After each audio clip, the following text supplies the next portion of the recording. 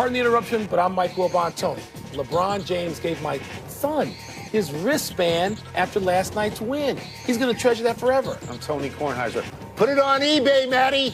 Don't tell him Sell that. it. Shut up. Sell it. Don't listen to Uncle Tony. He didn't know anything. You can prove it because it's out on their Instagram. Cleveland showed that on their Instagram. This is definitive proof that these are the wristbands. That's very nice. Your kid Authentication. Your kid could make college money. He wouldn't have to go to Northwestern. You really want to suggest that on national TV?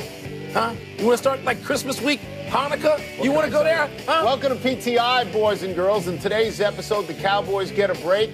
The Seahawks take a big L. Huge. And Jerry Richardson puts the Panthers up for sale. But we begin today with the best and most meaningful game in the NFL so far, New England and Pittsburgh. The last 3 minutes of that game are the greatest the NFL has to offer.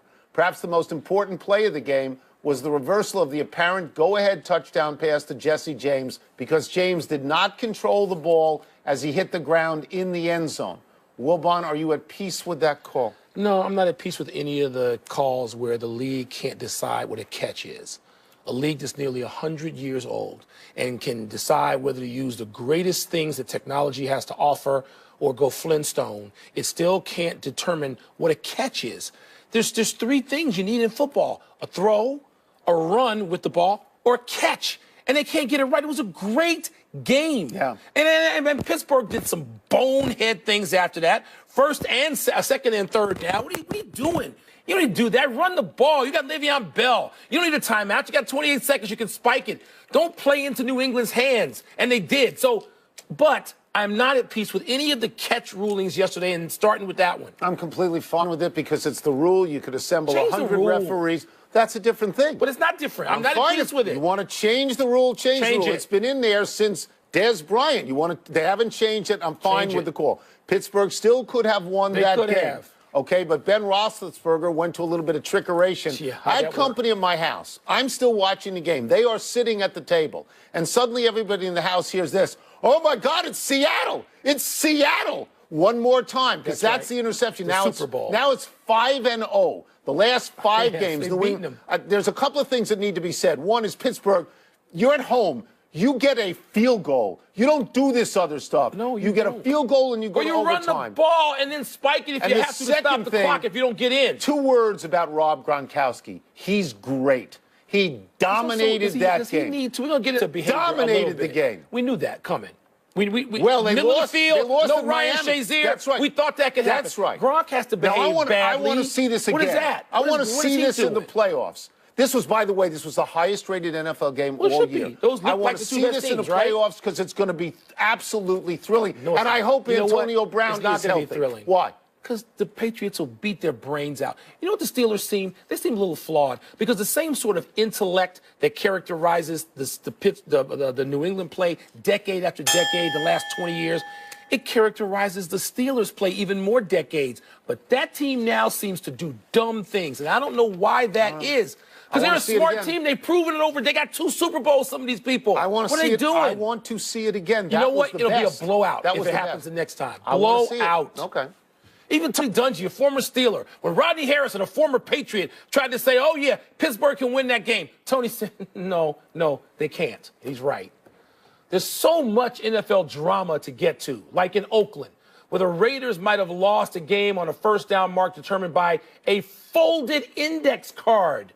Unable, apparently, to determine whether the nose of the ball actually reached the yard marker, referee Gene Steratore resorted to what the NFL calls now a legal but very unusual method of marking a ball. Tony, did that cost the Raiders the game, or did your boy Derek Carr do that a few minutes later? Yeah, I'll get to Derek Carr. I want to start with the index card. It did not cost them the game. This is not science. This is an approximation. Doesn't matter how many cameras are out there. It's sort of guesswork as to where the spot goes. The ball's big and it's fat, and you don't know exactly where it goes. There was space. You know, the camera showed me that at home. No, there was space. You know, I between the ball and the marker. That's short of the line to gain. This is Gene Steratore's Academy Award-winning moment. I don't want him to have a moment. You know what he should have done? He shouldn't have had an index card. He should have had a $20 bill, and when he was done, he should have put it in Jack Del Rio's pocket as a payoff for costing him. He don't know. Derek Carr's play cost them the game. They had time. There's 5 minutes left. They were there. They're going to win the game.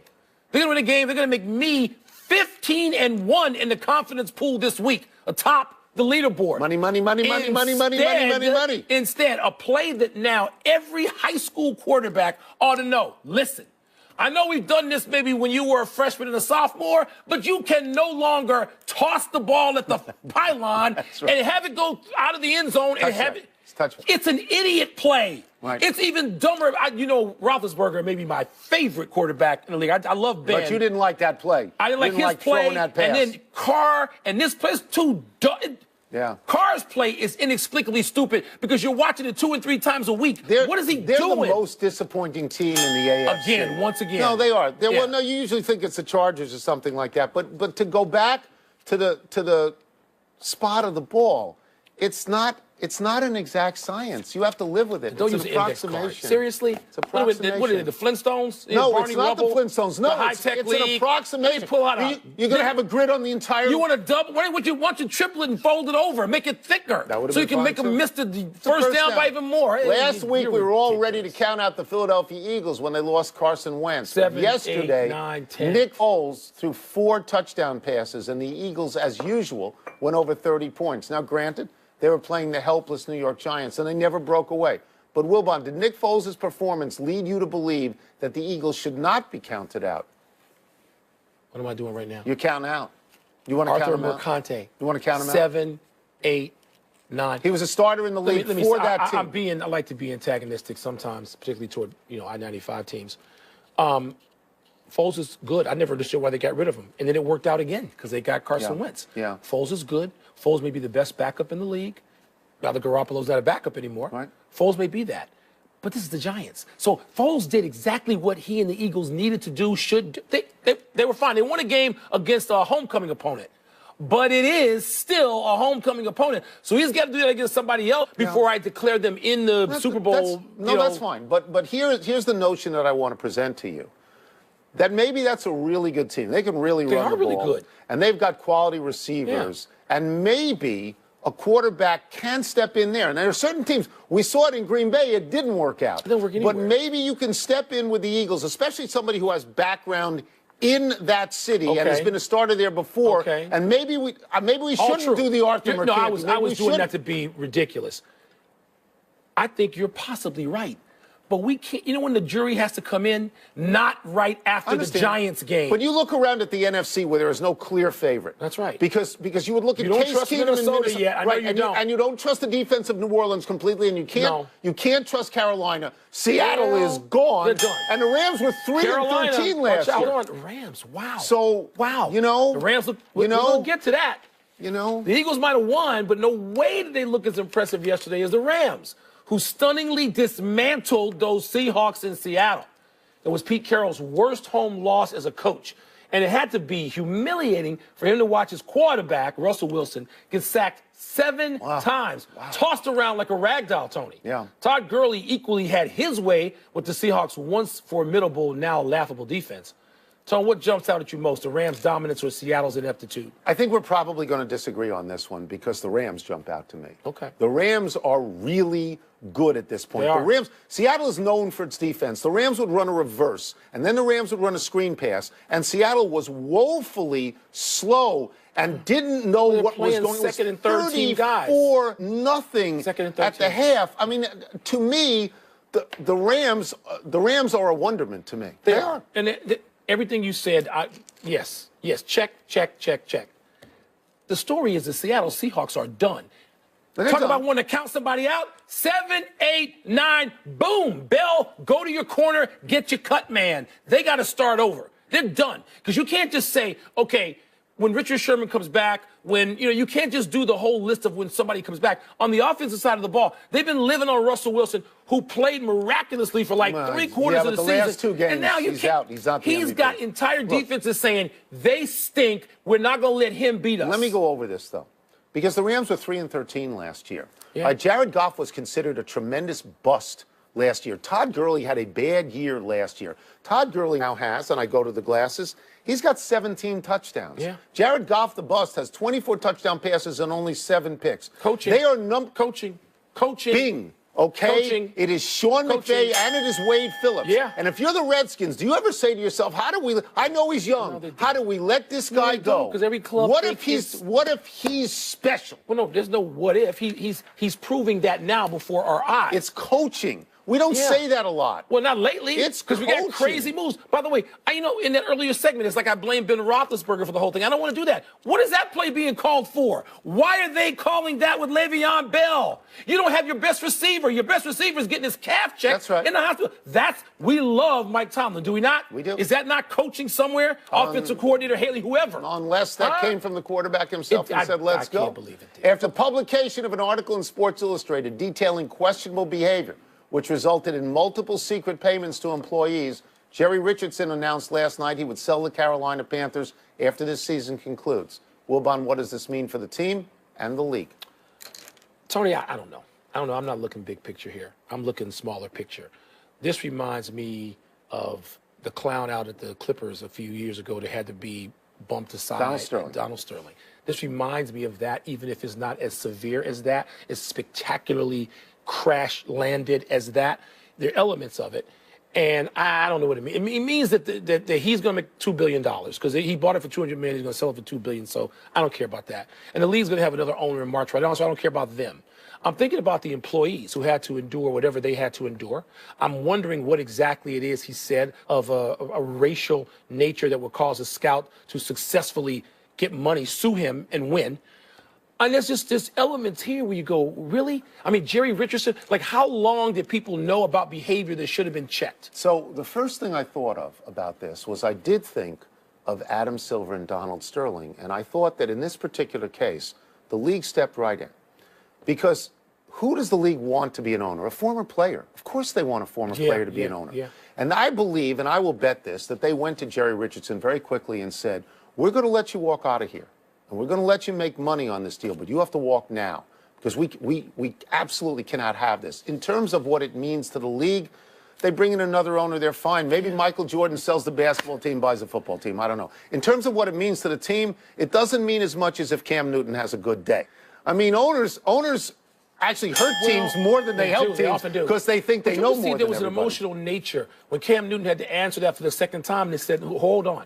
I'm being presented with things here, asking questions that I can't. I don't know anything about. And I thought he handled that so well. I don't know anything. By the way, you mentioned the ex-player of part of this, George Halas, and this guy. They're the only two, right? That's what you want. Two people in the history of the NFL. Let's take a break. Coming up, can the Packers put their loss on the return of Aaron Rodgers? And is it too soon to say the 49ers have... 29th at 8:30 on ESPN. Welcome back to Pardon the Interruption, presented by Captain Morgan, part of Happy Hour.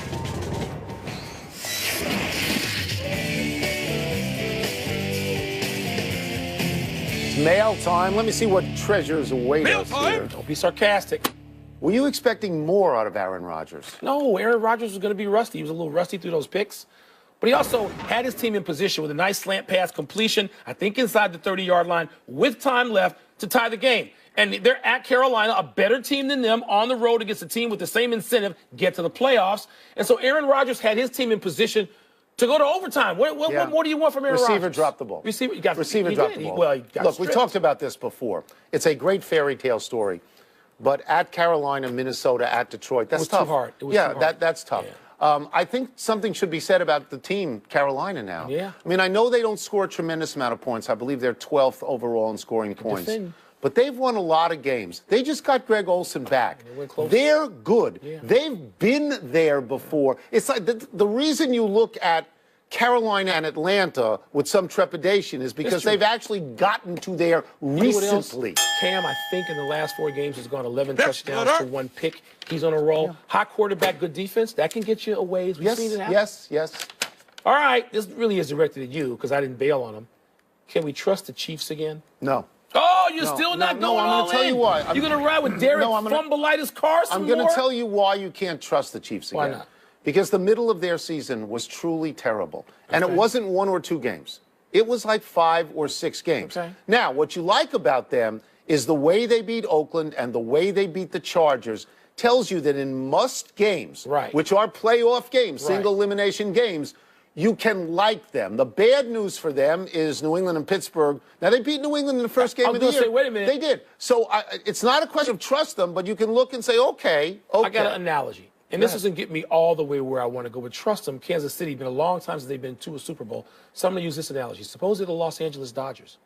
They got off to the great start. Okay. They had That's the bad interesting. Middle. Yeah. They now got a chance to get hot again going into the playoffs. And maybe they didn't actually win. I said they didn't actually win. They lost to Houston. Didn't actually win. But they got there. Yeah, and so if Kansas City can get there, that's a step further. I thought you said only dumb stuff today, but that was good. Oh, okay. Is that a concession? Here's one you really know a lot about. What? Has Blake Bortles won you over?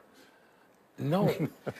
No, he hasn't. And you know why? This is interesting, Tony, because the Jaguars are in a position. Look, the Jaguars are not completely unlike the Rams. They don't look as good as the Rams, but they go out there and they win most weeks. They look as good defensively. Bortles now even has good games statistically. Oh, yes. Where he completes passes. He throws between 260 and 320 yards, and yet every day there's a tweeting defensive player who just played against him who says, I hate Bortles, he's a bum. What is up with that? In his last 3 starts, he's got 900 yards, 7 touchdowns, no interceptions, and they're 3-0. I think what it's about is this. First of all, we don't know anything about him or that team. He must be chesty. We don't know. Why do all these guys hate him? Guys don't hate on quarterbacks in the league. At the beginning of the year, their new coach, Doug Marrone, was asked, ideally, how many passes would your quarterback throw in any given game? And he said, ideally, none. Yeah. So when you say ideally none, you have to step back from Blake He's Bortles getting better. He is. You know what? I'm impressed with them, and I trust them. I got to see more of him, if that makes any sense. Marrone's got to be pretty good. He must be. It's the second go-round, right, as a head coach? He walked away from Buffalo. It seemed crazy. And it seemed must crazy. have known what he was doing. He traded up about 60 degrees in your part of the world. Yeah, I did. Is it still too soon to say the Niners have found their franchise quarterback? No, it's not too soon at all. They found their franchise quarterback in Jimmy Garoppolo, who, if you watch him carefully, how quickly he gets rid of the ball, sometimes sidearm, sometimes overhead, he looks like Aaron Rodgers. He's not Aaron Rodgers, but he looks like Aaron Rodgers. They gave him 3 starts. I think he won all 3. They're a lousy team. Yeah. And he's 3-0. So this closes the door on Kirk Cousins going to San Francisco. You really would think I that. would think so. I would think that, too. This kid's a pro. I see a bigger sample size. He didn't play in New England because it's Tom Brady. I know, but we've seen backups historically get their shot, and then it didn't work. What about Mr. Flynn, who wound up getting beat out by Russell Wilson? Doesn't it look like it's working here? It looks like it is, but 3 games, you can go crazy with that if you want. Garoppolo looks great. Yeah. The 49ers went out and won a road dog game against the Bears, where they just beat a terrible team. But they've won these next 2 games. Maybe they go out. Suppose they win 5 straight to end the season. You count on him. You go with him. You don't sign your... Please drink responsibly. Part of Happy Hour. Happy time. People, happy 71st birthday, Steven Spielberg, the great American director. Spielberg has been nominated for 7 Best Director Oscars, winning for Schindler's List and Saving Private Ryan. His newest movie, The Post, about the publication of the Pentagon Papers, opens wide this week with Tom Hanks and Meryl Streep, who've been nominated about 1,000 times themselves. What about your favorite Spielberg movie? Raiders of the Lost Ark, Color Purple, Saving Private Ryan. And there's 10 more I love, at least. Close Encounters is actually mine. You like the Post movie? You saw it? Yes, I like that a lot. Okay. Happy anniversary, Ezekiel Elliott. On this day last year, he celebrated a Cowboys touchdown. Schuster for his celebration yesterday. It was in such poor taste. What hideous, idiotic behavior. Speaking of suspensions, happy trails, Thomas Davis. The Panthers linebacker was suspended 2 games for this helmet-to-helmet blindside block that gave Green Bay's Devontae Adams a concussion. Davis apologized to Adams on Twitter. That wasn't good enough for the NFL. Just last month, Davis was fined almost $50,000 for an illegal hit on a Bucs receiver. Wilbon, did Davis deserve 2 games here? Really, I don't know, but I thought he looked contrite. I thought he looked emotionally shaken on the sideline. You're trying to assess those things not being there, but I thought that showed some contrition. I know you feel this too. There's an upheaval, obviously, at ESPN, and John Skipper has left. He's been very, very good to this show. And we wish him the very, very Absolutely, best. Tony. I do feel that was depressing, really.